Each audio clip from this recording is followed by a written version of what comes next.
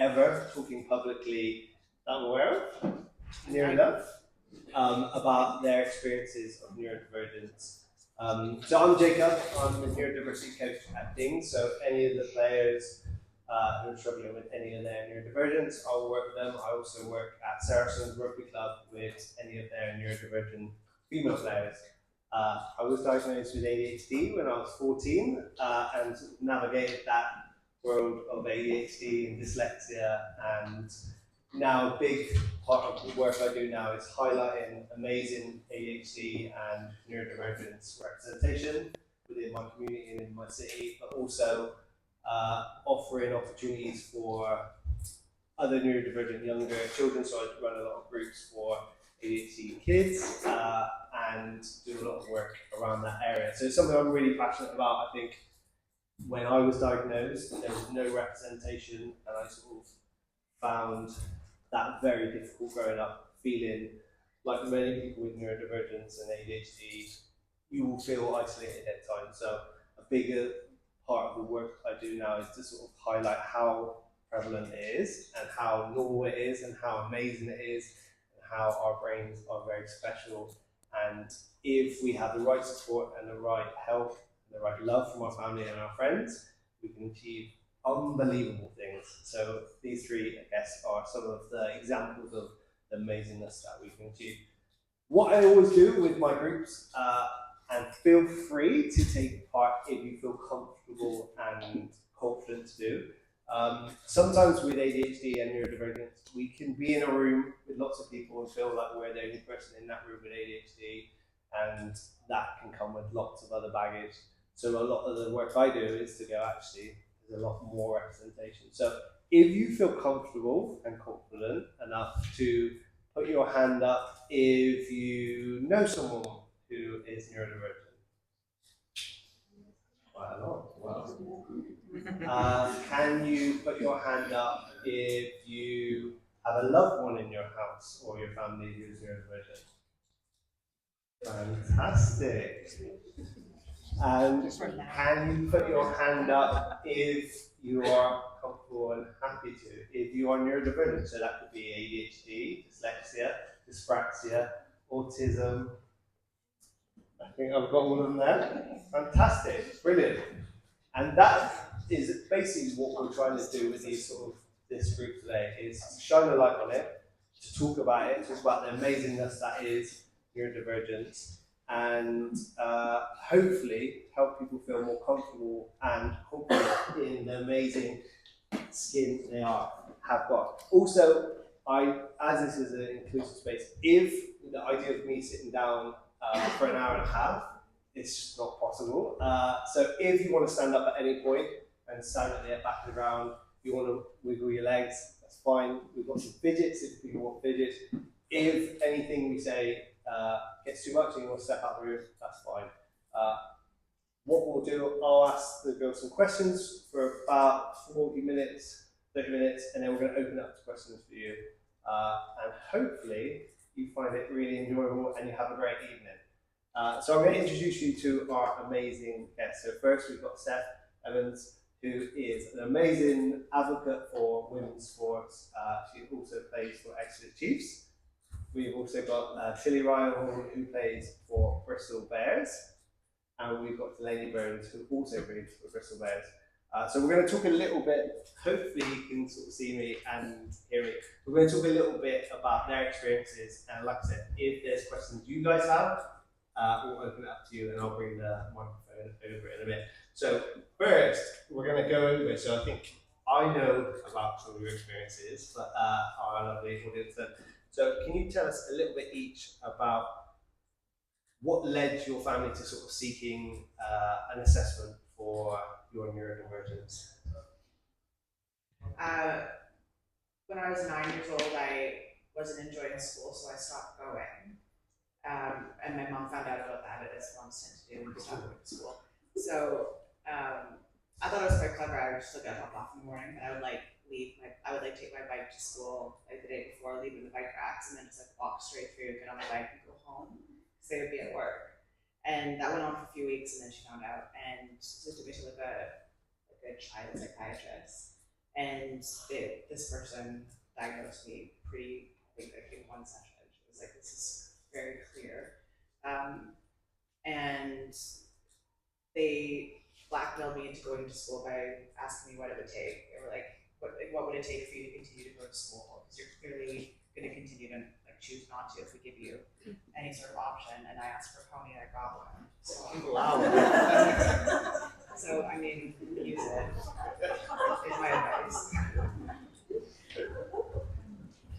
I had quite like a different experience. I grew up in the south of France, where the like school system is very old-fashioned. No one believes in neurodivergence like at all. So it was only really when I moved to England I had like a teacher suggest I should get an assessment, and initially I was like, absolutely not. My kind of ideas around ADHD were like to be honest, like naughty children that can sit still, and I didn't really like think that was me. So I put it off, didn't think that was me at all until lockdown. And I really struggled, like I think a lot of us probably in here, struggled with lockdown. Ended up doing a bit of research, spoke to my parents, and it all just clicked. I was like, oh my goodness, that is so me. And yeah, kind of just went from there, I guess. Sorry. Oh, it's all my Love it. fault. Sorry, everyone. So I didn't get a pony or live in the south of France. I lived in a one-bedroom flat with my mum. And bless her, so like classic, I mean, naughty kid that couldn't sit still was me. And my poor mother at the time was like, this surely it's not my parenting, so I've got to go get checked.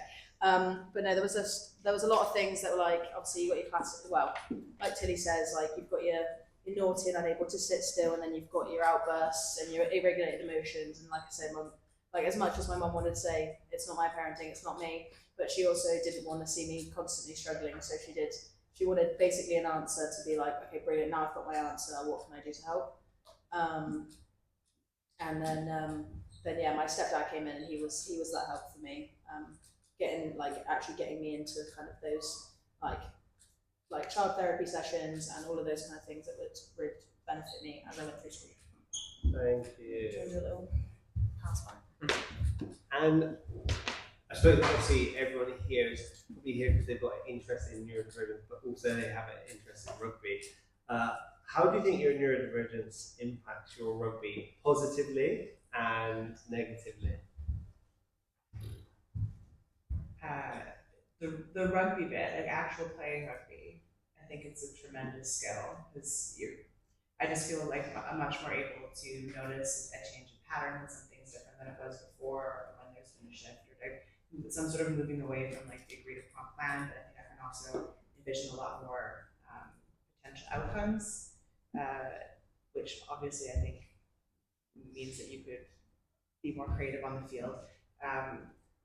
But if we're talking about the experience of rugby through being coached, then that would have a much different answer. I think that if I were able to experience rugby exclusively in setups that understood and valued and appreciated the way that my brain works, I would probably have had a lot more fun and I would have got a lot farther, honestly. Yeah. Thank you. I think that like for a lot of us, like the rugby week is pretty the same week in, week out, like same training sessions, we do the same things quite often, repeatedly. And I know it's kind of cliche, but to say like rugby is your special interest means that you can put like 100% for like what the last 4 to some, I don't know, 10 years for some of you. Maybe not 10. But being able to like commit so much to a sport that doesn't change and just love the the similarities and the regularness of it. And I think it just helps being able to put everything into it and not stop loving it. I think the biggest positive of it for me. Yeah, similarly, we do like the schedule is like nice in terms of you've got a routine. That's always really key to have, and like probably some people agree, but like schedule is regularity and like routine is really hard to stick to. So when it's kind of something you're forced to stick to, it makes it a lot easier. I say similarly to what Steph said, like the ability to notice patterns, and it does make your brain a little bit better, but it does like I said, it does mean sometimes you have to have a difficult conversation with your coach on how you are coached, because like one of the things I get the biggest like kind of issue with is sort of like a feeling, like a rejection feeling, in the sense that like he's like Dave, as an example, would have said something to me very like throwaway. It's not like a big issue, and it's not a personal attack on me as a person. It's like something that he actually wants like me to do better at. But in my brain, I'm like, oh, cool, so you hate me, and I think I'm the worst rugby player in the world. So I think that's the biggest challenge. And yeah, just again, like having those big feelings sometimes, like you do drop a ball and think, cool, so I'm never playing a game again, when that's not the case, and it does take a long time to kind of work out that is in fact not the case. But yeah, so that's probably the biggest challenge. Yeah, we've got a lot of energy, so much energy, so don't do it. And I think it got mentioned earlier, like what leads often sometimes to an assessment is the difficult behaviour or the trickiness. Then once you get that support and the things are put in place, what these three don't mention is how kind they are, how passionate and how caring they are. And that sometimes is very much often missed with ADHD in particular, that it might be portrayed as trickiness or dysregulation or harder to focus and all that stuff. But I've never met anyone with ADHD who's mean, who is unkind. I'm sure there might be some out there, but if you nurture it well and actually that information is out there and the care is given there, all three of these people have done a hell of a lot for the community. That maybe when their rugby career finishes, people will remember what they did on the pitch, but actually the people they've touched. And I'm happy to share this experience. So I've been coming here with lots of people and bringing children with ADHD here to watch bears. What Delany did was she met a young girl who was 6, who just got their diagnosis, and at that stage questioning, what is this thing? Who are other people with this diagnosis? And she got to meet Delany and say, this is Delany. You can watch her, you can physically touch her, you can meet her, you can get an autograph from her. And Delany played in the cup final last year and gave her runners-up medal to this young girl. That moment of kindness, maybe for some would have been missed, but that moment for that young girl and her family will outlive a lot of other memories that child will have. And that kindness is just one small bit of many things that these kind players do that get missed because of the showbiz of rugby and sports and all that.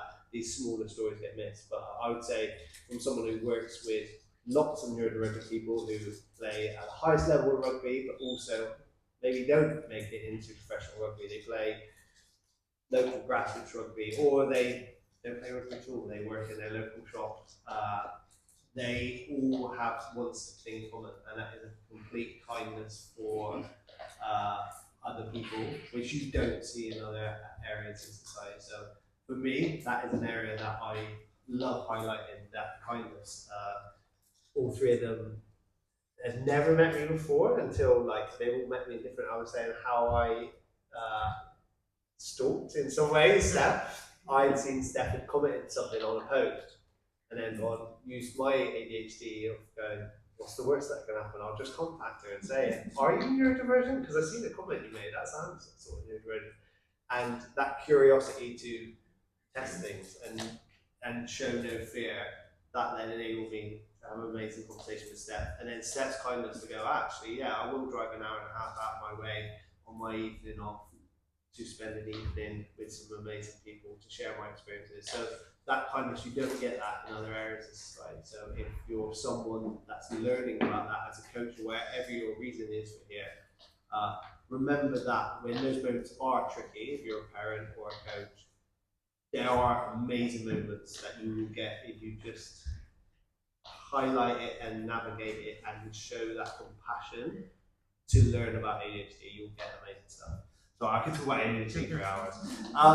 Have you ever experienced the discrimination within your experience within rugby? And if so, what could clubs do better or organisations do better to support neurodivergent people? It's a massive question as well. I think it's a bit of a hard one to answer because I think that yes, I have experienced discrimination, especially once I started naming what I had. Like for a very long time, certainly through the majority of my early rugby career, I didn't want, and just like being a human, I didn't like to share my diagnosis because when I was very young and I first got it, I had a very acute experience of realizing and seeing just how instantly people started treating me differently, treating me as if like I couldn't hear properly, like speaking to me slower, and which is obviously the opposite of what I wanted them to do. Like get to it faster, if anything. So I really didn't want people to think that I couldn't do something or to treat me differently. So for a very long time, I didn't say anything. And kind of towards the tail end of my rugby career, I just decided like this, the things that I'm struggling with that I can't seem to overcome, or I'm getting misconstrued. People are getting the wrong read, reading me wrong, or assuming what I don't mean them to assume. Maybe it's time for me to just be honest. And I had pockets of times where I would be honest and straightforward and say, this is what I am, this is what works for me, this is what I respond to well, this is what I need, blah, blah, blah, blah. I had pockets of people showing up really well for that, and then I had pockets of kind of the complete opposite. I've had people I've had coaches, professional coaches in the PWR tell me that they think I'm stupid. And I wish that wasn't true, because that's a terrible thing to say, but like there's such a wide range of how people respond to that sharing.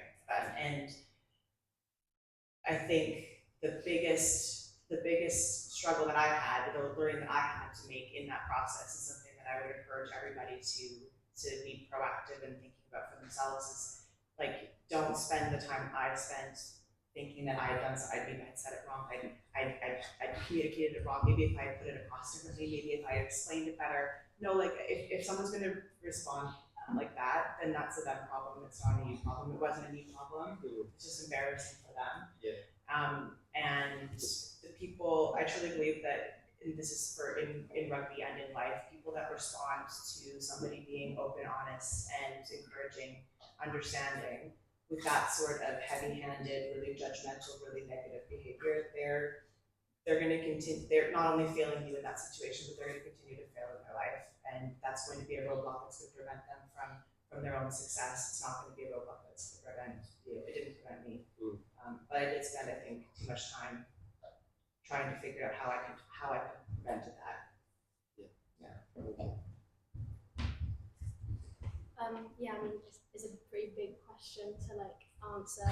But I think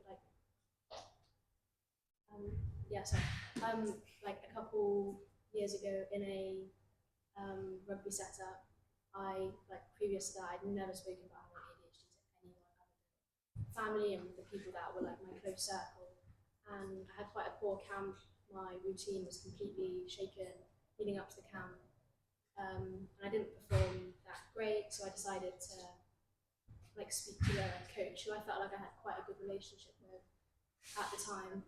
And after opening up, I got an email the next day saying that I wasn't socially, emotionally, and mentally ready for that level, which felt like a bit of a kick in the face after opening up like that.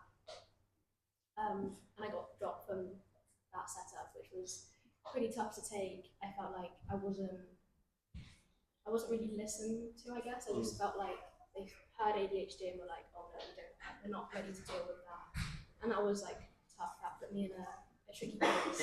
And I'm very grateful that I've got a very supportive family who really helped me through that and didn't quit or anything. I kept going. Yeah, but that was tough. Can't really follow that. Sorry. No. I wouldn't necessarily say that I've personally experienced discrimination, but I also, similar to these two, haven't exactly been I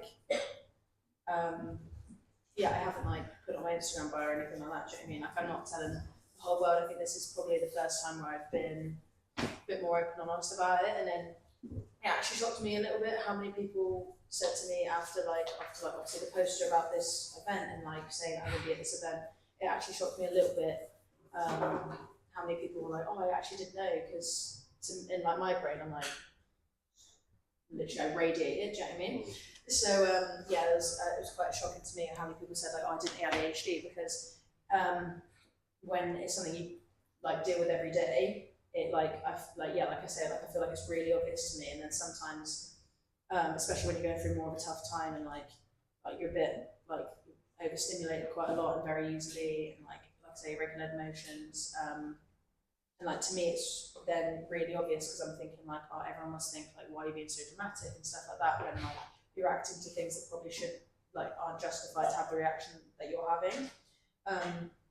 And then obviously like there's the classic thing of just people saying like, oh, it's my ADHD kicking in, like it's not. Do you know what I mean? Because that's crying when you drop the ball, that's ADHD kicking in. But I guess because it's become such like, there's a mixture of more awareness, which is wonderful, and then also just kind of like desensitized in a sense of being like, like you've got the classic like, yeah, it's my ADHD kicking in, or it's my autism kicking in, when like actually when like it's all fun and games until you are overstimulated and like having a bit of a meltdown, but in a public place where you can't deal with it because like, you know, you're an adult and you're not supposed to have a meltdown over something as silly as like I've dropped my pen 3 times, or I've had to go back through my front door 3 times because I've forgotten everything like over and over again, and now I'm late, and now I'm like in traffic, and like jogging like but yeah, so discrimination not so much, but it is it's a bit more of a desensitization that I've noticed. But at the same time, like with that, there is a lot more awareness, which is good. And like Tilly said, like it is really good to have like your close circle, because like even at training, for example, there's a select few who I know, but then it's really good to have those people, because then when I am like, yeah, I need a sec, I can go to those people and be like, I'm having a minute, and they're like, yeah, brilliant, I'm going to help you out, I'm going to talk to who I need to talk to let them know that you need a sec, sort of thing, which is something I found really good. You know, I was going to ask you, I haven't told you I was going to ask you this question, but with that, obviously there has been a difference, I suppose, in the last, say, 6 months, because you two didn't realise you both, well, did you know that Delany had ADHD? So you didn't know you both had ADHD, and then something changed, and now then you did know. What changed for you, as in personally, knowing there was another person in the club that had ADHD? I won't lie, I'm now really protective over Tilly.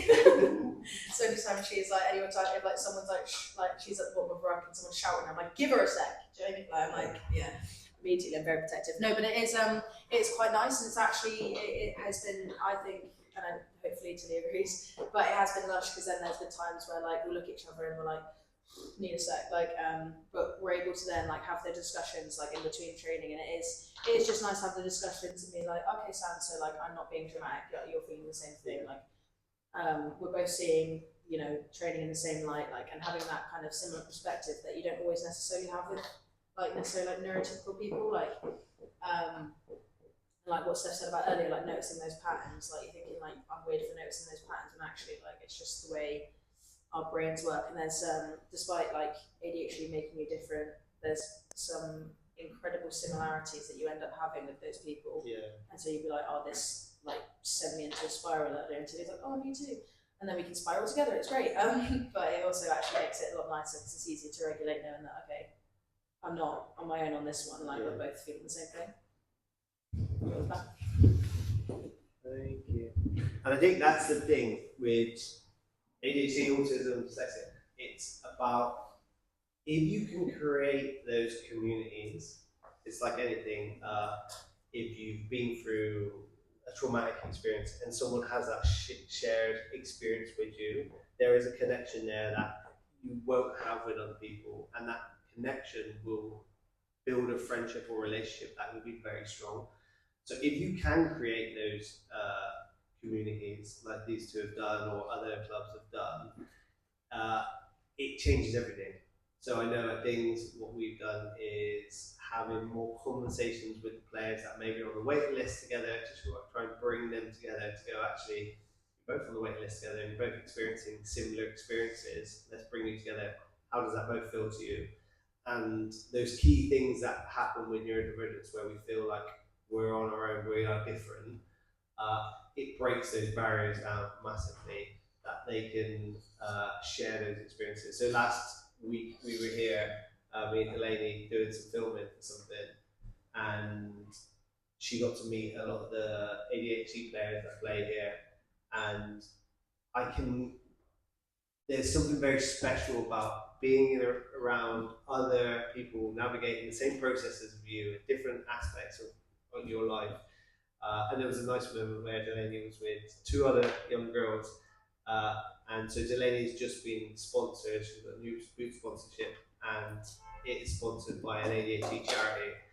The main reason the charity wants to sponsor her is because she's got ADHD, and they see that as a massive plus.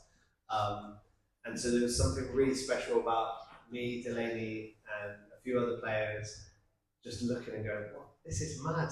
This is mad." If you would have told us when we were kids that someone is sponsoring us, I like a with Delany, but someone for having ADHD and seeing it as a positive, it was a really special moment. And I think that's exactly what we're trying to do with this work now, is create those communities. And I think what these three are doing in particular, I can guarantee you in 5 years' time, it will be looking back at moments like this of how, especially in women's rugby, how prevalent it is. But it took something like this for the conversation to be having.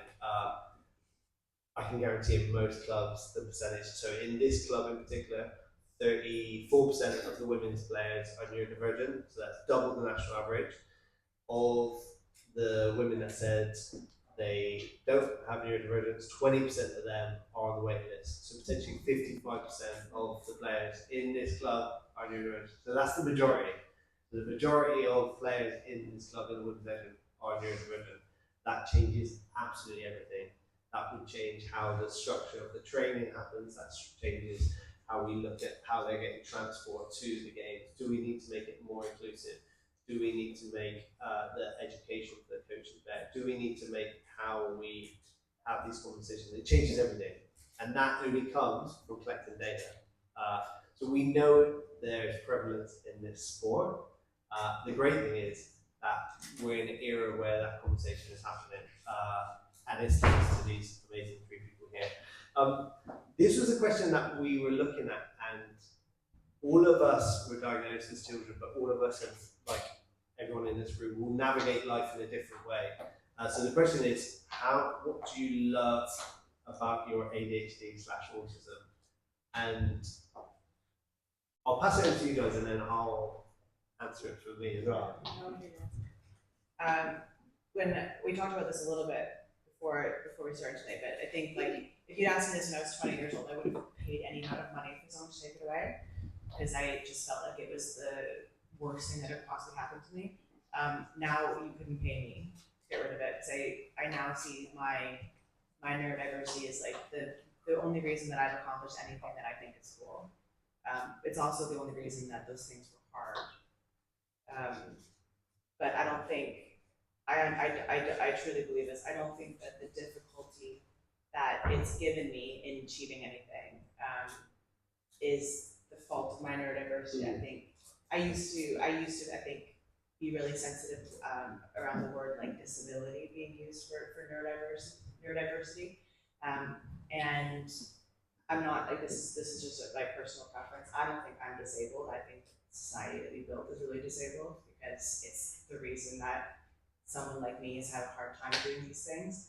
I think that it's really sad that so many of the diagnostic symptoms for neurodiversity are so close and so similar, or the exact same as like trauma responses, PTSD, because we live in a society where it's probably arguably impossible to find somebody who is neurodiverse who hasn't expressed some sort of trauma response.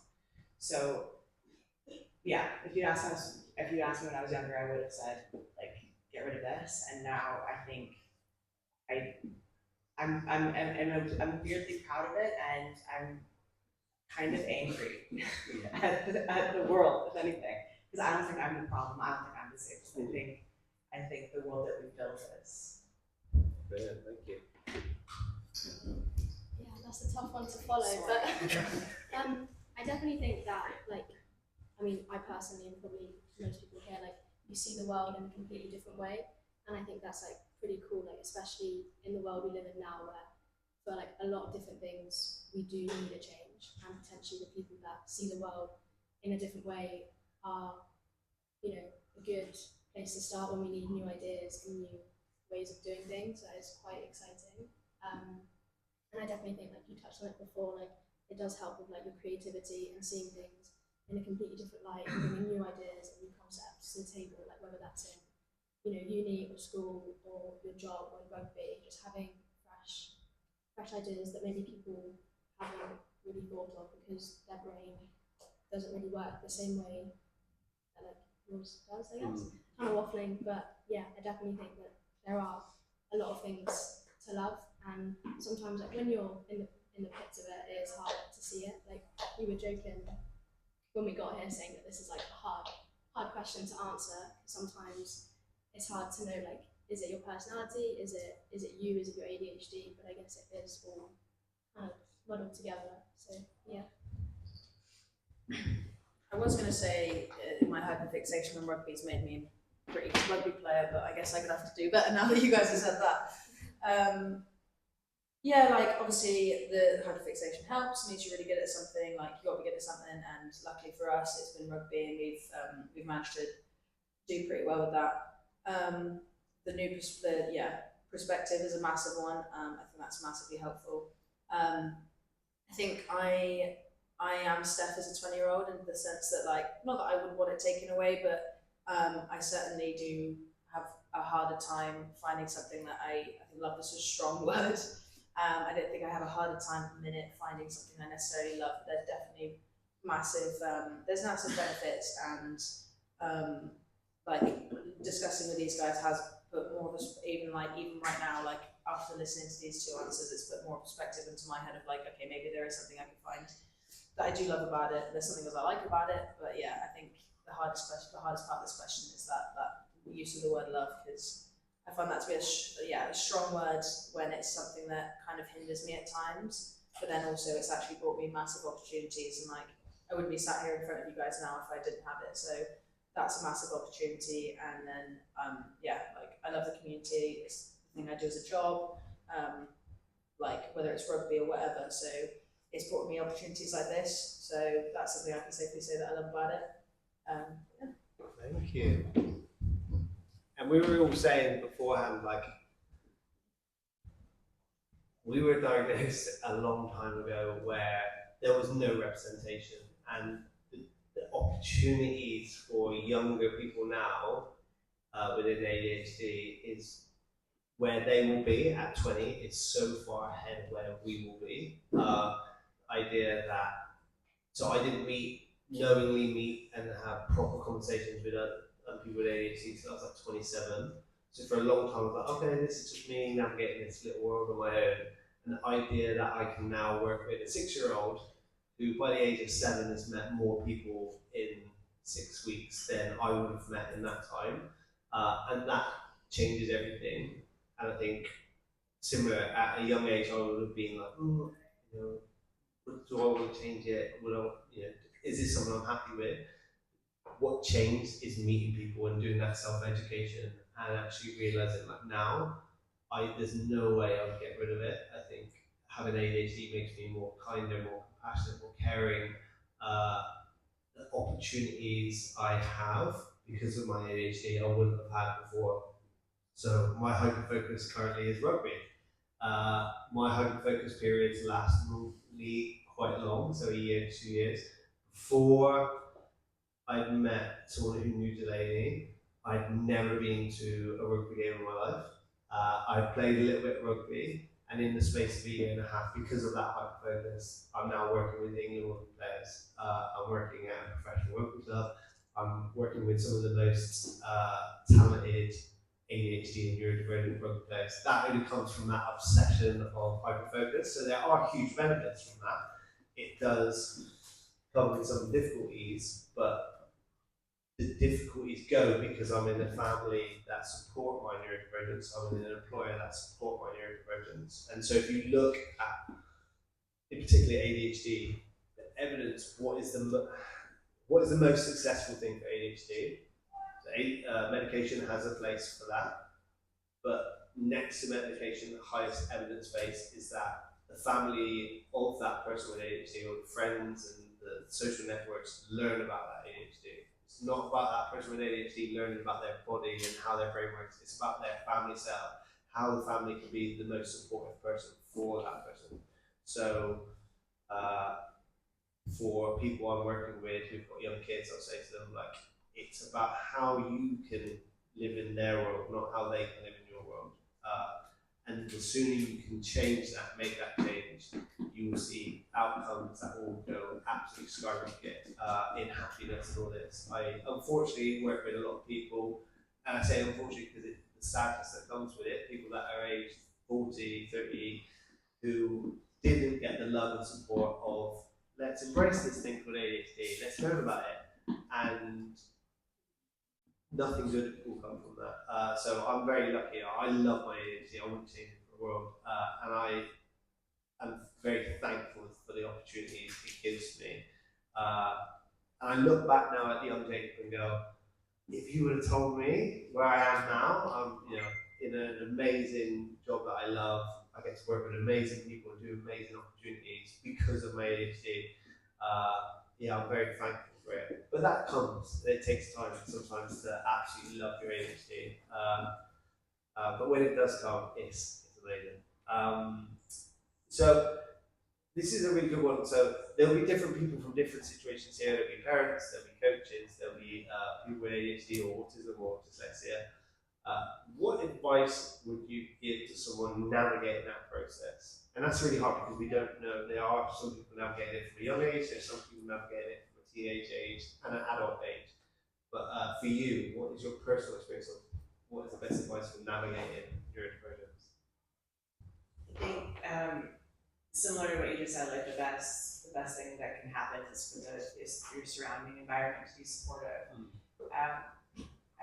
For a long time, like, people that meant well would ask me, like, what can I do? And I'm like, actually, I don't know. I've been like pretending to be the version of me that people like for a very long time, so I don't actually even know what to ask for. So if you have that experience of like, I don't know what to ask for, I don't know what to advocate for, just, I would say, like, ask the people in your life for two things. One, to just don't make assumptions about intention, and if they're going to assume best intentions. So like, if that might mean saying to you, like, however I react to something, don't assume that you understand why I'm reacting. If you're confused by it, ask me. Yeah. Don't just go straight to like, well, it's because you don't want to be here, or you can't be bothered, or you don't respect my time, or whatever. Don't assume intentions. Just take that completely out of it and ask why if you don't know. Cool. And the second thing would be to just always ask for the quiet parts to be said aloud all the time. So like that might mean, if someone says like, oh, we're going to be there at 6, like, are you going to physically be there at 6, or are we all getting there at a secret before time, right? Because that's a big one for me. People are like, oh, it starts at 6, but they're not getting there at 6. You have to ask them, what time are you getting there? What's like all of the detail, ask all of the questions. Yeah. Say, I need all of the quiet parts said out loud, otherwise we all run the risk of me letting you down because I thought you said one thing and you thought you said something else. So those would be the two things I would ask for, is just like, insist on people not assuming the intentions behind your behavior, and insist on all the quiet parts being said out loud. I think the best advice I could probably give is, like, as hard as it is, don't internalize things. Like, even if it's a really small circle, keep them not necessarily updated, but keep talking to them, even if it seems really insignificant, because it will help them to then help you.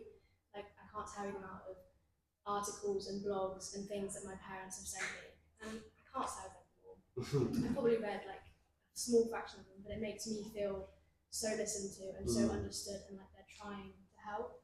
And even if they still sometimes make mistakes, and you're never going to get it perfect, but if you're living with someone or supporting someone, with a neurodiversity, just keep showing that you're there, even if it's little things that just makes them feel really listened to. And yeah, just try not to internalize things and just keep the circle closely. Say I'd have less advice for the person with ADHD. Sorry, guys. No, I'm joking. But the main bit of advice I'd give is probably patience for those that have the loved one or the friend or whoever it is who is neurodivergent, having that patience. Whether that's like in like Steph said, the way reacting, or patience in like them turning up on time because they won't. Just saying. But yeah, just like having that patience in general, because very similar to what Steph said, like intention as opposed to reaction can be two very different things, especially when you're assuming. So asking those questions and yeah, just like again, off the back of what Tilly said, to be fair, like my mum doesn't send me articles, but she does send me a lot of like, it's gonna sound ridiculous, a lot of memes of like, oh, you can tell you have ADHD when. And as much as like it's funny, I'm way more likely to look at those than I am to look at a vlog. But as much as like it's a laugh and a joke, it does make you feel heard when you see something because you're like, oh my god, that's actually me. And then I'm like, if my mum can recognise that that's me, if my dad can recognise that that's me, if my sister can recognise that that's me, perfect, because then they can see those things and then, you know, they've taken the time to understand through joking form or through serious form. And I think the biggest thing for me is like my dad is a very logical man, very, very logical man, as opposed to like my way or the highway. If it's not done this way, it's not right. And as you can imagine, me with ADHD, my brain don't work like that. We had many an argument growing up. Especially as I got into my teenage years, and the biggest conversation we had actually not too long ago was how it's just that realization of like, I don't think I handled that well and I'm sorry, and like that's a really, really big thing for him to do, to like, you know, question his own parenting and be like, I made a mistake and I didn't probably handle, you know, your struggles the way I should have done. And the same with my mum, she's like, oh, it makes so much sense now when we'd ask you to do this and then you'd forget 5 seconds later, and then I'm like, yeah, and then you screamed at me for it, thanks for that. But yeah, like having that kind of like that realization, that recognition of like, I'm really sorry and I'm gonna do better. And now like even though I'm still navigating through it, I know I can be like, I need some help on this, because even if it's like, I need to do research on this, but I'm probably not gonna do it, can you do it for me? And let me know through memes. Like that's a big thing, and it's just that kind of helps. So yeah, that patience, that willingness to learn, and that willingness to be there regardless of whatever that person is going through. Thank you. I'll just say, like, if you're here, it's because you care. Like, not many people would go to an event on a Wednesday evening at 7:30. So if you're here, it shows that you really care and you want to. If you're a family member or a friend, we really appreciate you coming, and you might underestimate how that might make us as ADHDers feel, or your loved one, but it's massive. So I'm going to open it up to, hopefully you've got lots of questions. So I'm going to open it up to questions to anyone. Does anyone have questions? Yeah, I'll come to you first. Give me 2 seconds. I'm going to use this. Mine is it? Some of them are good, some of them. I'm just trying to think of that. You never know wrong. I know. Until no one laughs. Yes. When I get to no one laughs, and I'm like, oh, you thought I'd think through. So this is Emma. Hey, Emma. How do you navigate the mental aspects of having a bad game, like when everything's just not going your way and you feel like you're letting people down and stuff like that? Okay. Keep going. I'm working on it. You don't. No, I'm joking. No. Hello? Now it is. Yeah, so that's a big one. I feel like we can all very much agree that, like I said earlier, like you drop a ball and you think the world has ended. And I think it's just kind of taking that time to like look, like, well, obviously for us it's nice and easy. We can look at footage and we can be like, okay, I'm being dramatic. But having those conversations with those around you, like obviously you've got there's going to be that little nagging thing in the back of your head that's like, oh, you're only saying that because you're my friend. But if they are your friend, they're going to tell you exactly how you did. And so when you get that feedback, genuinely take it exactly how they say it. If they said, no, you had a great game, like you made some good passes, but everyone makes mistakes, no one's expecting you not to. And something I saw the other day is like, no one needs to drop a ball. And not only has that helped me as a player, but it's helped me as a coach as well, because then I'm looking at someone like, we're about to score a try, they've dropped a ball, and part of me wants to like lose my mind because we've just lost an opportunity to score, and the other part of me is like, what are you doing? If that was you, you wouldn't want someone screaming at you, and you didn't need to drop the ball either. So yeah, like you're gonna make mistakes, but having those conversations with those around you is probably gonna be like your best bet, because obviously, and also like no one's gonna be horrible. Like again, don't ask someone you don't like, do you know what I mean? But no one's gonna be horrible to you and say like, yeah, that was the worst thing I've ever done in my life. Don't play rugby ever again. So it's always gonna be safe to, have those conversations. Yeah. I mean, I'm definitely someone that if I make a bad pass, and I'm not even saying a pass that's uncatchable, I mean, if it's slightly in front or slightly behind, I will convince myself that I'm the worst scrum half in the world and I do not deserve to be where I am at all. But I definitely think that if you can go back and watch your idols play, whether that's a game or training, you will 100% see them make mistakes. And if they can make mistakes, then you definitely can make mistakes as well. And also, you're always going to remember the mistakes you make, but no one else will. Like, they might remember it for 5 minutes or 10 minutes after, but no one really cares. Like, everyone just wants to play rugby, and it doesn't really, at the end of the day, it's not rugby. Something I think about is like the idea that feelings aren't facts. So I can do this when I'm watching tape, or you can do it like in the moment, in the middle of the game, but having like that really big feeling, that really big reaction to something that didn't go the way you wanted it to go. I like to frame it as like a fire alarm going off in the kitchen. Like sometimes it means that there's a fire in your house, but the vast majority of the time you're just cooking. So just because of having a really big reaction doesn't mean that there's a fire in the house. I might just like not put the overhead fan on, like, oh well. And when I have that feeling, when I have that experience, I start counting things. So like, and you have to like make a promise to yourself. You have to really commit to counting honestly every single good thing. That might mean like being the first set. That might be, like just sheer effort-based things, but it also might be like every single time you're in the right place, every single time you came off the line defensively, every single time you had a reasonably good tackle, every single time, and start counting all the good things, because you are doing good things in a game. It's physically impossible to be on a rugby field and do exclusively bad things. So make a commitment to yourself to count those as well as the bad things, and just remind yourself that like even if the feeling is really big, it's not a fact. That's not. One drop ball is not every drop ball. And if you need like something to tether you back to reality, like start counting them with numbers, and then you can say, well, actually, I just like completely nailed 5 breakdowns in a row, so that's a number I can hold on to. Thank you. Yeah. We also say practice makes progress. So try and see it like that every time you're doing it. Not bad,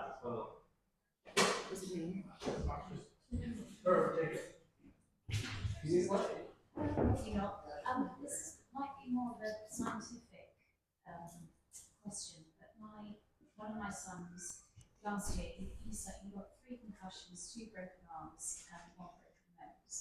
Is there an increased link? Is there a link of increased injury or lack of self-awareness with ADHD in sports, playing sports at a certain level? I mean, I'm not a scientist, but if you're asking if they're running into stuff all the time, yeah.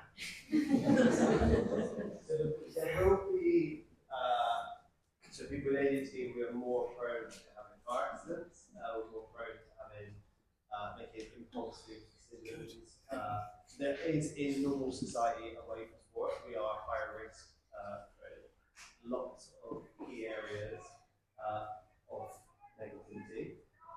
In sport, they're not even there will be some research, but they're just not having those questions. So we were talking about it earlier around in women's sport. So women 3 days before their period will experience 15 to 30% increase of the negative symptoms of their ADHD. 3 days before. that win could impact rates of concussions, but there's no one talking about that. The only people are probably maybe maybe one other person talking about that within sports. It's a really, really key area that I think that research will happen, but it's just not happening. But yeah, hopefully that happens. Yeah, there's also going on that. Is there a link between high performing athletes and neurodiversity? Yes. Yes. Like that, those are actual numbers that exist. There's a number of places in the world that neurodiversity shows up like a much accelerated rate like over the general population. One of them is elite sport, which is why a lot of the medication forms you have to do for a 2-8 there are exclusive forms like pre-made because it's so prevalent across all sports at the top level. And another one is entrepreneurship. So complete F-ups, you know. And if you look at like ADHD within sport, some of the biggest players within sport have got ADHD. So you've got Simone Biles, Michael Jordan, Michael Phelps. Within women's rugby, you've got loads of England players got ADHD. The difference between in rugby and in other compared to other sports, in men's rugby, there's less openness about ADHD. Within women's sport, I think because women's sport in general is more inclusive and more open conversations about all things, we're seeing more of that stuff in men's rugby. There will be loads of ADHD rugby, but the stigma is still not higher. Got one up here. There's a Bobby over there. Hello. This is Lily. What's up, though? So in some of my lessons I sat next to my friends and like sometimes I'll be fidgeting, sometimes I won't. And then they'll like talk to me like someone will be like, why weren't you fidgeting like then? And then you're fidgeting then. And like I don't know how to explain to them like why sometimes I don't fidget. Because like I don't persistently. Fidgeting is great. I love fidgeting. So what fidgeting does, it helps us regulate what's going on. So sometimes I will fidget, and that distracts the part of the brain that is keeping me from concentrating. So fidgeting is a great way. Sometimes schools take it away, like fidget toys and stuff like that, thinking it's a distraction, but actually it distracts the ADHD part of the brain, so we can do these amazing things. So fidget is great. The difference of you would know some of the girls and myself will fidget at some points in there, at some points we won't. Sometimes when we need to focus more, we'll fidget more. And conversations when I'm talking about things that I'm really happy about, when I'm talking about the kindness and the girl showing lots of kindness, that's something that means a lot to me personally. So I don't, the awkwardness and uncomfortableness of sometimes how I feel doesn't show as much. So normally when I'm in a comfortable situation, when you're maybe with your friends, you don't fidget as much because you can be 100% yourself, which is great. Sometimes in those situations where you have to focus and concentrate really strongly, our fidget can come out. But yeah, fidget is great. I love it. Is your question more like you aren't sure what situations like this always makes me need to have to fidget or something, or more like you have an idea in your head but you don't know how to communicate it? It's more like I'll be fidgeting and then I will stop fidgeting and I'll just be confused why I stopped fidgeting. And it's like I don't really know how to describe it to them. Because obviously if I'm sat in a lesson that I really enjoy, I won't be fidgeting as much as the lesson much I don't enjoy that much. I'll be fidgeting a lot more. Then in something like here. I think then it's nice of them that I assume they're asking because they want to understand you, and that's really cool.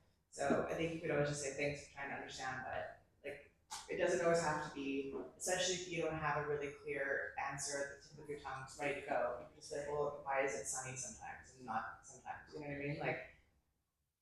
Sometimes the sun is not out. Thank you. And it's really good what some children will do there's some really good ADHD books that you can share with your friends. And go, oh, this is something. If you want to learn about my ADHD, this is some stuff. So afterwards, you can actually I can share some of those good books with you. And I think had a This one, and then you.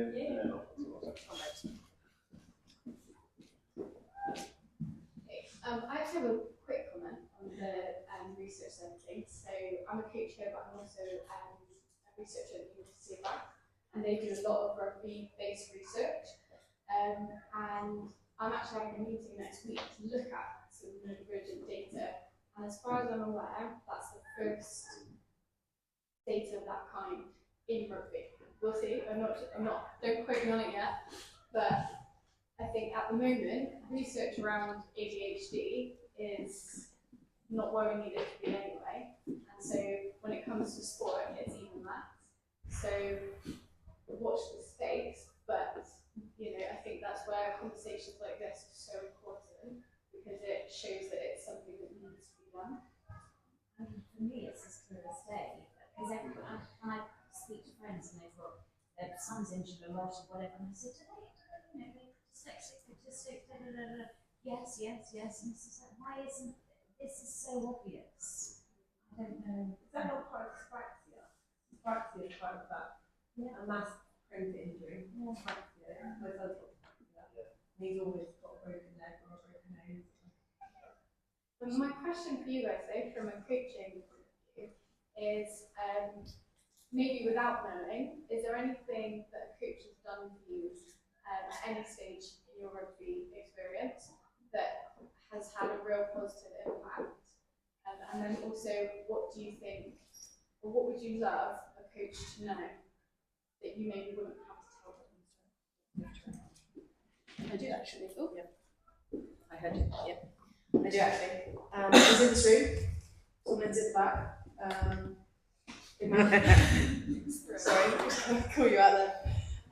So he was obviously our birds coach a couple of years ago, and I had a particularly hard season, overwhelmed constantly, having panics all the time. Whether that was obviously I assume it was down to the ADHD, but I've only more recently been actually starting to look into the effects of my ADHD, so I'm putting it down to that.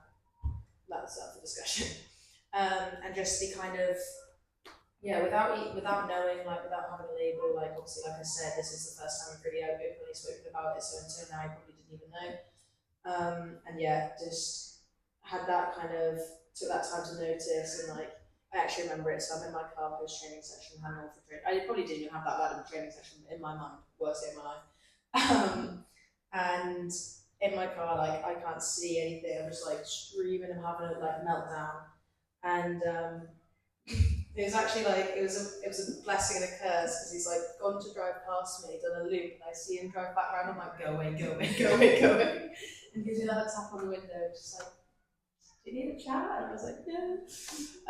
And yeah, just the having that time, he could have easily driven past, not even noticed, gone home and cracked on, and that day changed my rugby career massively, in terms of getting that little bit of support, and then set me up with we were in association with this company, Ripples, which was really good mental health wise,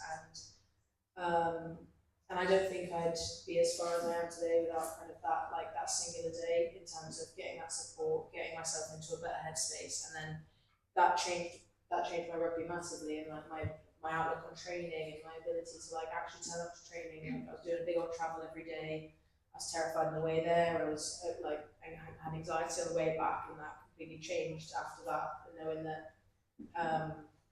that someone had an idea that I was struggling a bit, I was anxious, overwhelmed, and it made it so much easier going there. Then I actually trained better, and then my journey home wasn't so horrific, and then it just completely changed my outlook. So yeah, definitely one singular time can change a whole experience, and it can change the course of someone's life at the end of the day. If I didn't do that, I wouldn't have played as well. I wouldn't, still be playing now. It would have never happened. All of those things is a knock-on effect. It's a big domino effect, and now I want to be that coach for. I do coach a lot of the girls who then now play for Dings and Neurodivergence, and I use use Anya, she wouldn't mind me saying, but Anya still is one of the players I coach, and her realisation, her work with creative has been massive, and it's changed who she is as a player, it's changed who she is as a person, and I've seen the benefits of that. And if I can be the Tom Lindsay to someone else, I'll take that a million times over. So does anyone else want that? Yeah, that's quite sweet. I think Delany touched on it before with the rejection sensitivity. So I think as a coach, sometimes you might think that some players are happy that you just say, hands up, finish hands to the target. But so a neurodiverse player, that might be making your walls crumble. So really think about how you're delivering what to you might not be criticism, but a neurodiverse person will probably take it quite personally. So really thinking about how you deliver feedback, because although it's probably constructive feedback, it's not always taken that way. And also, like, probably more personally, I ask so many questions. Like, I ask so many questions that I probably already know the answer to, but I just like to know 100% that I'm right before diving in, because when I dive in, I put everything into it, and I don't want to dive in unless I know it's right, because I don't like making mistakes, and I don't want to put all that time into doing something wrong. So not always thinking that if someone's asking loads of questions that they're stupid or they don't get it. It's just like they want to get it right the first time and not waste time almost. Yeah, similar to you, I've had a number of really wonderful coaches, and the thing that they all kind of have in common is that idea that they understood that me asking questions was not negative. And I had a couple coaches in particular who, you know, if I came to the question or about a question, did something I think is quite clever, which is really simple. They just said, "Why are you asking me this right now?" And I would be like, well, because we did it differently just now than we did it last week. And then some of the coaches that I ended up having the best relationships with, and who I believe got the most out of me, started to see that as a real positive. So like when they were on the pitch, and I know as a coach, we all coach, you have just the two eyes, and there's a lot of people on the field who can't see all the things happening at one time. So if you can have like more than one pair of eyes watching what's happening, what's going wrong, what's going well, then that's a real asset. And some of those coaches started to, you know, if something was not taking over the way it was, would just ask me, like, did something change? And something like that tiny simple thing not only like made me feel really seen, but also made me feel really valuable. And the change in how I was able, like, on the other side of that, how I showed up, like what I contributed to their programs, how I played, like all of that went through the roof. Just so that in a lot of ways a really, really small thing that just, it has a big impact. So I would just say, like, start from a place of trust, and anything that you can do to make them feel seen, anything that you can do to use the way that those players think as an asset, I think is going to really serve you. I think, and something that I think that really guides my own coaching as well. I think that, I don't know if you guys have heard about like the canary in the coal mine. I know that people don't really use coal that much anymore, but I really think, which is good. Somewhat, please. Okay. It's a bigger problem. Okay. I think I like to use the metaphor of neurodivergence. I think especially in rugby systems where culture is so important, working as a team is so important, with everybody being on the same page, all of these sorts of things. I think that neurodivergent players and staff members can be used in a really positive way as like a canary in a coal mine. Like, just because the number of times where I've been like the first person to be mad about something or upset about something or notice something, it doesn't mean that thing didn't happen, but it's like, just because I'm the person who's reacting the loudest right now, there will be other people reacting, but it might be 6 months from now. So if you use those reactions or those moments of somebody who's neurodivergent, like noticing something like, that's not fair, that's different, that's not on, this isn't what we said we were going to do, anything like that, and you use that as like an early indicator, you can really avoid a lot of really massive blow-ups in a club program in 6 months, a year, 18 months down the line, if you just listen to them the first time. But I really think that a lot of the things that like those diagnostic tools are like being too sensitive, overreactions, all of that. I actually don't think that they're being too sensitive or that they're overreactions. I think they're just early. I don't think that they're wrong. Okay. Hi, my question is about you as a professional player. So you mentioned about the importance of having trusted individuals, like close people that in your life, and the support staff that you work with, so physios or social media managers, that the club give you. Do you feel like they're trusted individuals, or do you employ your own that you find easier to work with? You don't want to miss any opportunities commercially. Yeah. Say the last bit one more time. I was in, you had me, and then you lost me a second. I was going to say, I was wondering about who you work with, so if you need to work with like a photographer or like a sponsor, but we keep ourselves to ourselves quite a lot as neurodivergent people. Okay. And you want to I'm with you. I guess, well, I mean, yeah, I guess it's just, again, it's just down to that communication piece in terms of like, so, like I find if we're doing like shoots and stuff, like photographer, for example, just having that comms in terms of like, because what I found with like photographers, this is just purely an example, they can be quite snappy, like you need to look at this, and this. I'm like, I need you to look at because I don't know what you just said. You said way too fast, and just like then, you had me in the comment, you had me in the question, and then lost it. So yeah, just having those comms, and like, I don't think there's anyone we necessarily like specifically like work with in terms of like that. Obviously, like having like some people around is incredible, and like being able to have that is incredible, and having that sort of that support, because that's also a person that you can be like, I don't necessarily want to go and have this conversation with this member of staff, can you go do that for me? Because they can be like, I'm going to take what you've said and I'm going to do it. It's almost like that third party just makes it a little bit easier in terms of like, so like, if I don't want to talk to, if there's a certain thing I don't want to say, like I'm really struggling with the way Dave is approaching some, I'm using Dave as an example, but I'm really struggling with the way he approaches like feedback with me at the minute, but I don't necessarily want to be the one to go and tell him because I don't want it to come across as like emotionally inclined and stuff like that. Then I'm like, okay, I need to find a trusted individual. So like for me, that would be our doctor. So Doc Adam, he's great. He's like live our like mental health kind of area, and I'm like, I'm gonna go to that person. Please, can you pass this information on? And it's not me being like the biggest thing is like learning that's not you being a coward for not wanting to go and have that conversation. It's you knowing yourself and like knowing how you're knowing you're having your own emotional intelligence to be like, I don't think that's going to be a beneficial conversation for me because I will start to get emotional and I will react like illogically as opposed to logically in that sense. And like same with when we do have feedback, there's times where I've had to cut a meeting short because I'm like, right now I'm emotionally inclined, so what I say might not actively represent like what I want to say. And I don't think this is a conversation we can have right now to then leave the scenario. But being able to have that conversation with Dave is after 4 years, like we've been working to like he's been our coach like head coach for 4 years, I've worked closely with that man for 4 years, and it's taken till this season for that kind of change to happen. So it is a slow process, but it's definitely one that is worth having.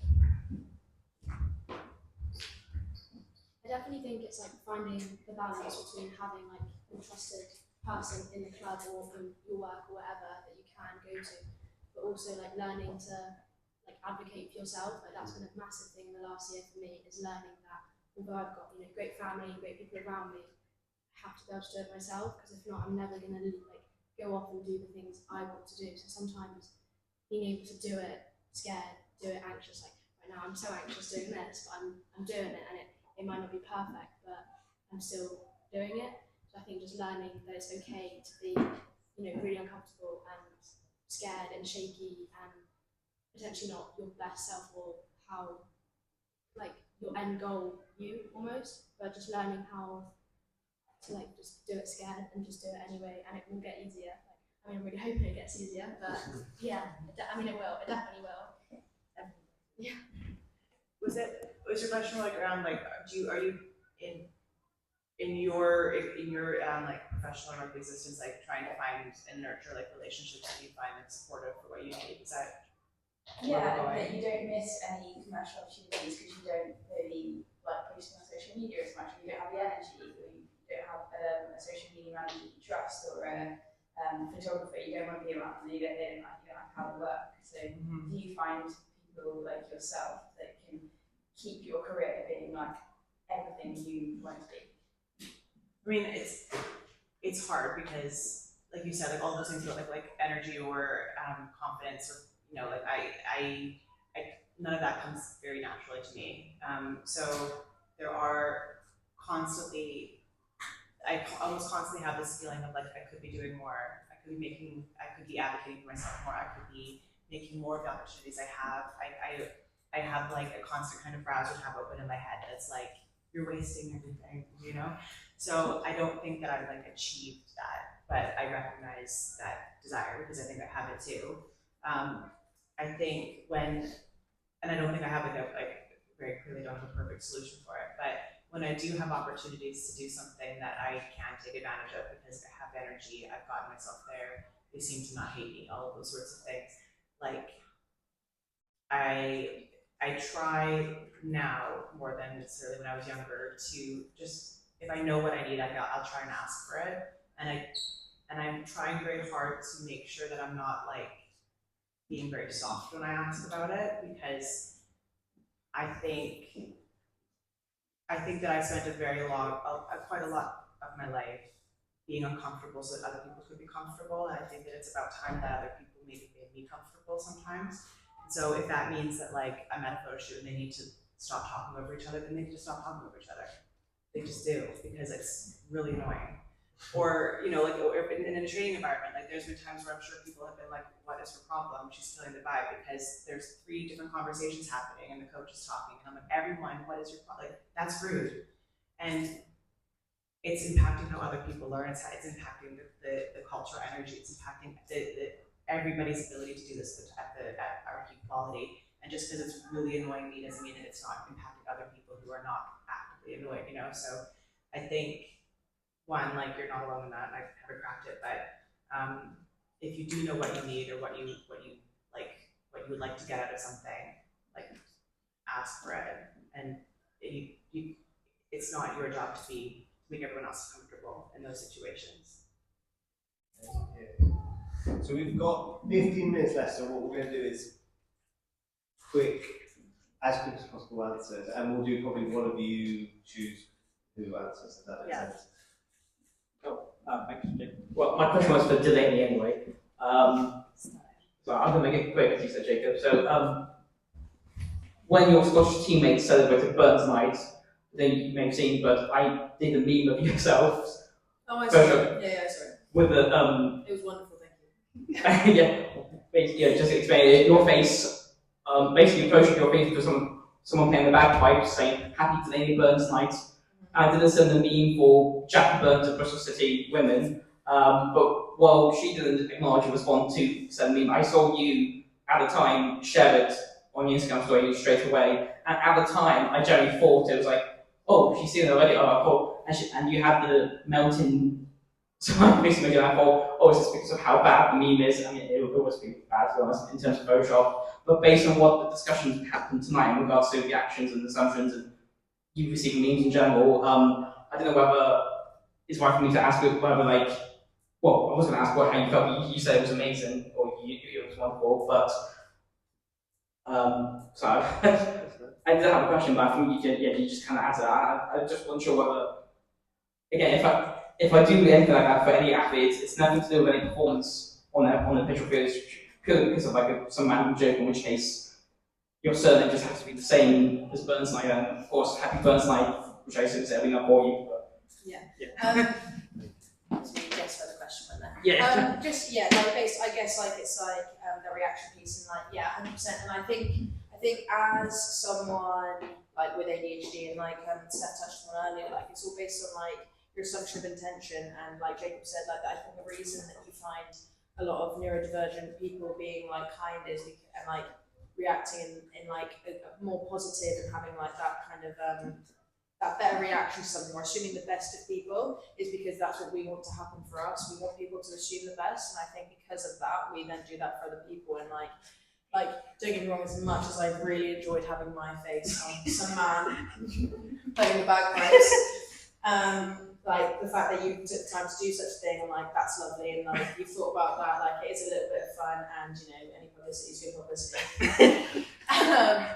But yeah, it's that assuming the best and life's too short, world's hard enough as it is, like have a bit of fun, do you know what I mean? And yeah, just I want you to be able to see that I've seen that. And that's the same for anything. Like I try and it's the same with all sorts of Instagram stories. Like it's one of my favorite parts of post game day is like people posting about seeing us, and I want people to see that I've acknowledged it as well, because that could mean the world to someone else. And it's even better now that working with Jacob and being able to come down last week and see the Dings players, and then being able to see them in games, it is heartwarming to see the girls not only have those conversations, and when I say I work for the community foundation, I do teach, I coach girls in school, and seeing them then come out and watch a game, and seeing what barriers, not even barriers, but I guess barriers what have been broken for me to even get to that point, and still manage to play. And I did Project Rugby, and a lot of the girls on there'll be girls on Project Rugby or bear in mind that do struggle with ADHD and do struggle with neurodivergence in general, and kind of having them it's one thing seeing coaching them in school, it's one thing kind of teaching them coping mechanisms and things like that and seeing them day to day, and then it's another thing having them come and see you and play and be oh my god, this is what it can translate into. And I think it just makes it more real for them, which is something so heartwarming. And I say it's always with best intention, and it does make me sometimes a bit of a soft teacher, because I want to give kids chances and chances and chances, because I know that they're not trying to irritate me as much as it may feel like it, and they're not trying to irritate you as parents, and they're not trying to irritate their teachers, but it is sometimes just how they are, and you need to find the best way for them to then express themselves in the way they can. Thank you. Norman man at the back here with hats on. Thank you, sorry. I've got one's a twofold question. One's holistic and one's performance-based. So I know you touched upon how you cope after games, say before games, when it comes to the last performance or how you felt what you achieved in that game. But for example, Delany, you're a line-up caller, so you're a nine, so you're a link between line forwards, back, sorry. Stef, you're front row forward, you've got to look after that scrum. So there's going to be times where you make mistakes in the game, in the moment. And my first question is, what do you use something in particular to kind of reset yourself? I know some people clap, some people kind of hit the chest, some people want elastic band. I didn't know if it was different when it comes to ADHD. And my second question is, what resources have you used, or primary resource have you used to help loved ones around you learn more about what you're going through day to day? You can't say Jacob.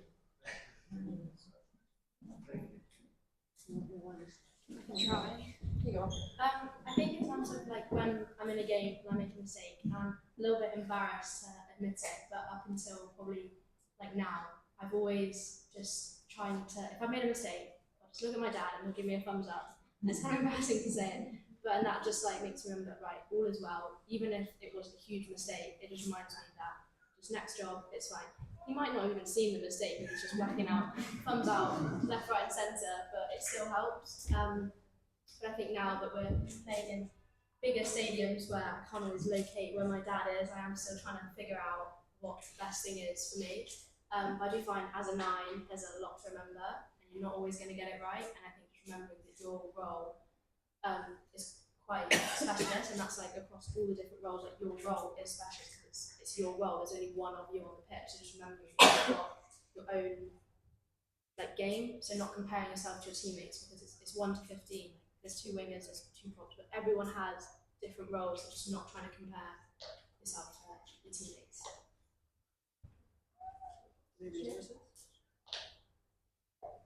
And so the last bit was, where do you go for resources? I can answer. Right, you go. So the short term is it is ADHD stuff. There's a charity called ADHD Foundation that is full of amazing resources in coaching for parents, for young people. There's absolutely the resource page on there is just full of loads of free stuff. So there's loads of that. But did you guys have anything in particular? Yeah. I like live on Facebook. Yeah, Facebook. So Not for me, for my mum. My mum uses Facebook, and then she sends me stuff on Facebook. I don't use Facebook. That's what makes it better. What's that? What did you say? I just like I spend so much time. I love the internet because you can like I love learning as long as it's not like out of school. So I read a lot of papers on like whatever is out right now, and I find them really interesting. So that's I don't know. And for this, like the resetting, the players that I work with, I think maybe Tilly I spoke to about. So there's a breathing technique called the physiological breathing technique.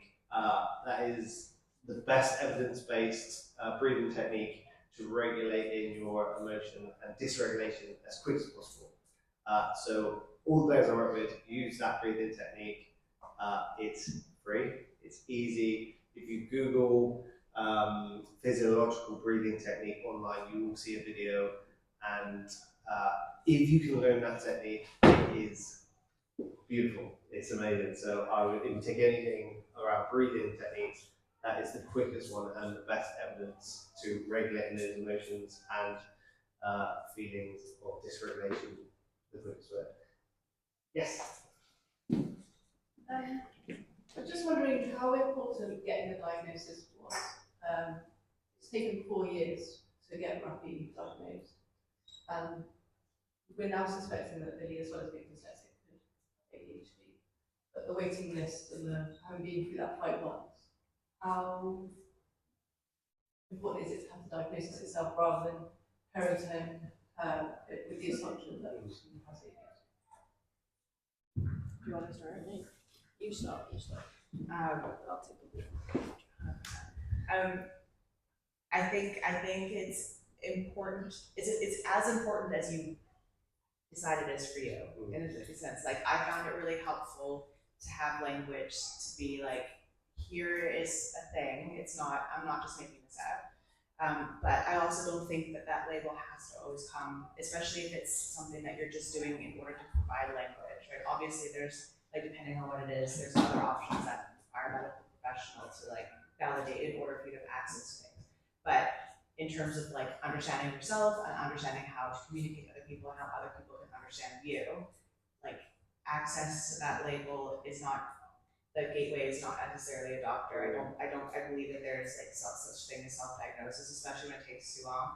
I also think that we are like at the infancy of a number of scientific fields, but understanding neurodiversity is one of them. The very first person ever diagnosed with autism died in the last 10 years. So when I was first diagnosed, we still had like ADD and ADHD, and that's gone now. So like all that's to say, by the time, you know, people in this room, the children in this room are adults, there might be completely new framework, completely new evidence, all those sorts of things. And I don't think that on the journey from now to then, that we should be constrained to like whatever a doctor feels is the most accurate way to describe it right now. If you read a list of symptoms and you feel like they describe what's happening to you in a way that you find helpful and effective to communicate, that's fine and that's valid, and you can use that. And equally, if you don't want to use that label because you don't feel like it's actively portraying or communicating well for you, then you also don't have to use it either. I think it's completely personal. Off the back of that, like Stef says, it's like the way you choose to use it. So obviously, my mum was very young at the time. She's only like 25 at the time. So for her, it was in no way disrespecting my mum, bless her.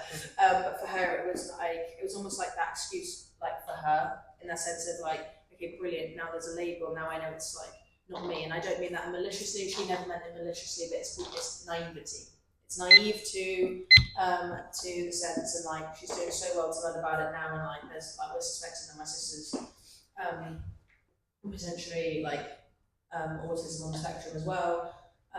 But with that, it's that willingness to learn. So like Stef says, if you're waiting 4 years, that doesn't mean that you have to wait 4 years to start to implement those kind of coping mechanisms and the ways you can help them, which if you're suspecting that they've got ADHD, a piece of paper isn't going to tell you that, their behaviour is going to tell you that. And if you can recognise that and you can start to put those things in place that are going to help them, then perfect, do it right away. And then if we get, 3 years down the line, they don't have it, then one, now you've got some sick coping mechanisms, and then two, you just don't have that piece of paper. But at the end of the day, it's what you do with that information. I think even being here is wonderful because you're showing that kind of that willingness to learn and be like, right, how can I now help? Yeah, and I'd say exactly that. A lot of families I work with that are on the waiting list. So the work can start now. You can have all the resources in school without diagnosis. There are quicker ways to get a diagnosis that are free still. So there's access to right to choose, which is a hidden little secret way in. The waiting list on some of those providers is some at 3 months. So that might be something to look for. But you can do the work beforehand if there's certain areas of ADHD that work for you. So dysregulation, loads of information about dysregulation. If it's time blindness, you can look at that. So we've got one last question. I'm going to say 2 questions because as long as you guys are happy with 2 last questions, I'm happy with that. She had a hand up a while ago, and we advocate for not that. So we'll come to you. Keep your hand up. So how do you get others to understand you when you're upset? And if you're coming across rude or other people seem to think you're being rude towards them, how do you let them know that that's just you're not being rude? Okay, for me personally, that's I am I've been more irregulated at the minute than I have in previous, and that's on me to get myself regulated and find those mechanisms for me, but also for those around me to it's not their responsibility, but if they love me and want me to be the best version of myself, they obviously do those things, and they definitely do that. And like I say, it's patience, but I think I'm in a position, I feel like you guys will be better at answering this, because I'm in a position at the minute where, unfortunately, at the minute I'm acting, then apologising, and for others it's understanding that I genuinely mean it when I'm I am so sorry, because that wasn't me. As a person, that wasn't me, that was overstimulated me, who was 3 seconds away from having to run out of this room and hide in the corner for a sec. But I guess if the better you recognise it, the quicker you can be there's actually, this is going to sound really ridiculous, there's actually a TikTok sound at the minute, so some of you, the younger lot might understand this one, and she basically has an outburst, and she's wait, I need to calm down. It's not that deep, I need to calm down. And I think that is the most relatable thing I've ever seen in my life. I'll put it on my story. No one else is going to get it, but you guys in the room are going to get it. I'll put it on my story, but that is the most relevant, I think, to how we feel, because it's wait, that's not fair, and then it's oh, I need to calm down, it's just a game. I mean, I think I'm probably the wrong person to ask about this, because I have a crippling fear of coming across as rude, and I'm a massive people pleaser. So I do think I kind of wish I had that, because I probably would be a more authentic self if I was 100% me. It might ruffle some feathers. So I think almost if the people that around you maybe do think that, which they probably don't, it's probably just you thinking that, you're almost being your authentic self, and they should probably appreciate that, I guess, because you're being true to yourself and not hiding how you feel just to please them. If that kind of doesn't really answer your question, but that's probably my take on it. I did that for a long time. I think when people find me rude, it's usually because I've been too direct, and when that happens, when I either be I know it's happening because they've told me with their words, or I sense it because all of a sudden their vibe is really off. I try to do that saying the quiet part out loud as well. So I'm listen, what I said to you just now is factually accurate. I probably didn't deliver it super soft. Sorry that upset you, but I'm not saying this again factually accurate thing because I'm upset or because I don't like you. It's just it happened. I said it. It's not that deep. And reminding them that wasn't my intention. It doesn't work all the time. Some people don't like it, but some people also don't like the truth, so that's a them problem. Quick. And there's a, It will hurt my feelings if you don't ask if that is convincing educators or coaches or adults, there's a really good video on YouTube if you Google why am I rude? It was made by some school children, and they explain the process of why sometimes within young children and young adults, why that it might appear as being rude, but actually it's because it's coming from somewhere else. But that's a really good video. Yes.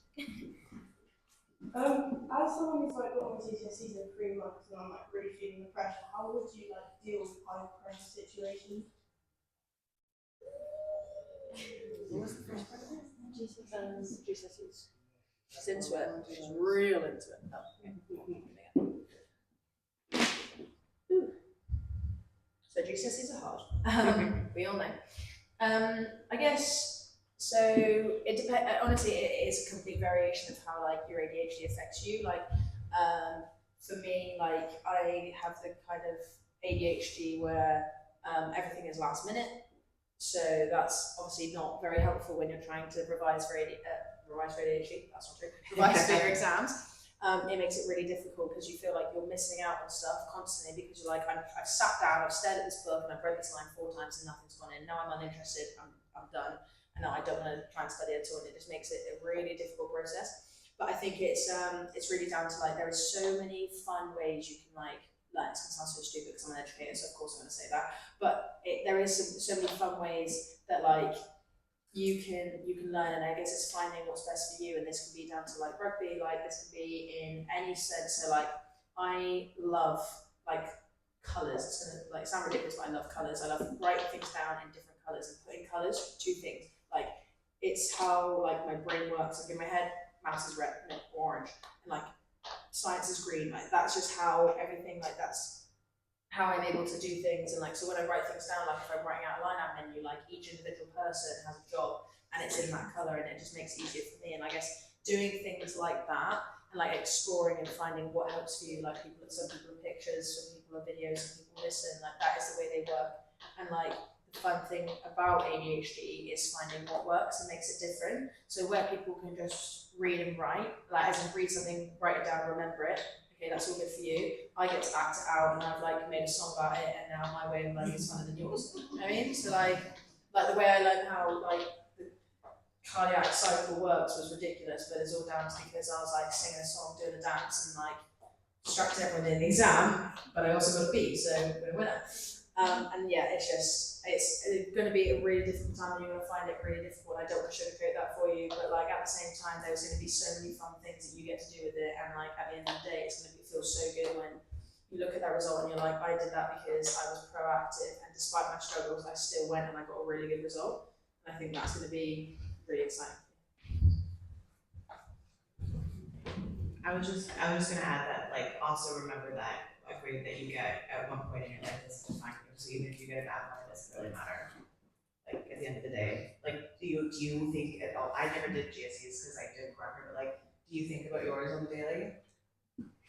No, so on my GCSEs, I forgot to take my tablets on one day, and the day before I took them, sat for it all, next day forgot, got kicked out within 10 seconds because I was not concentrating.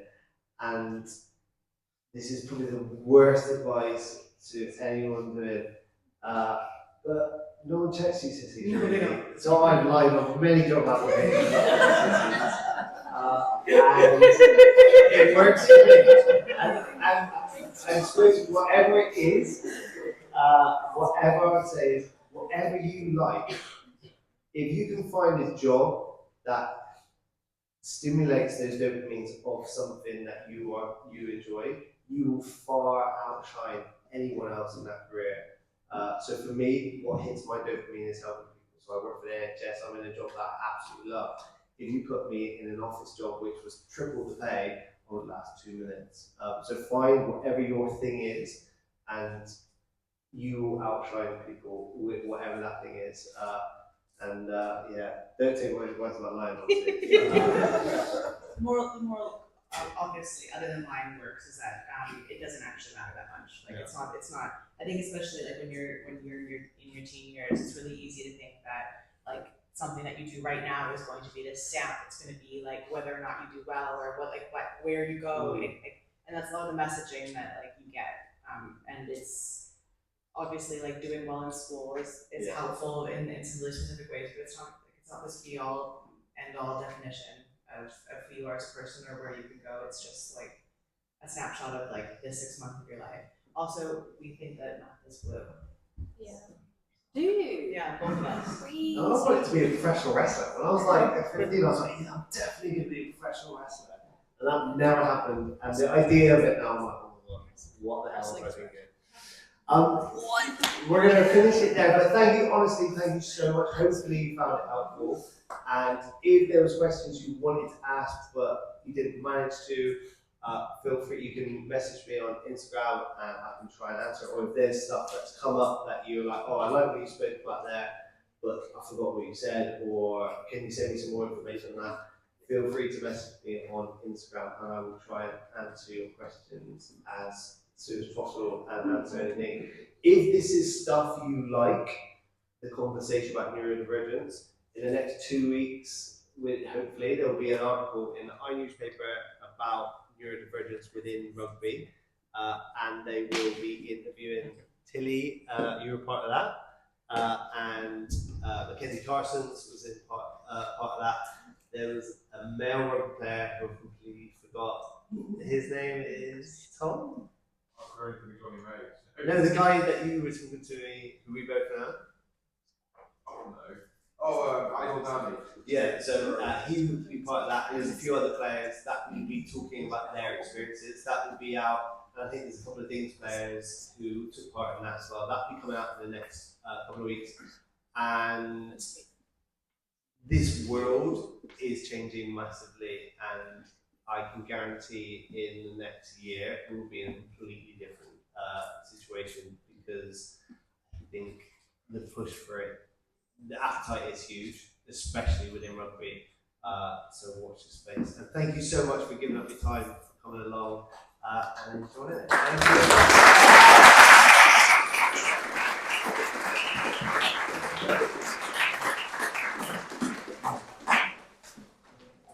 Is that okay? It's so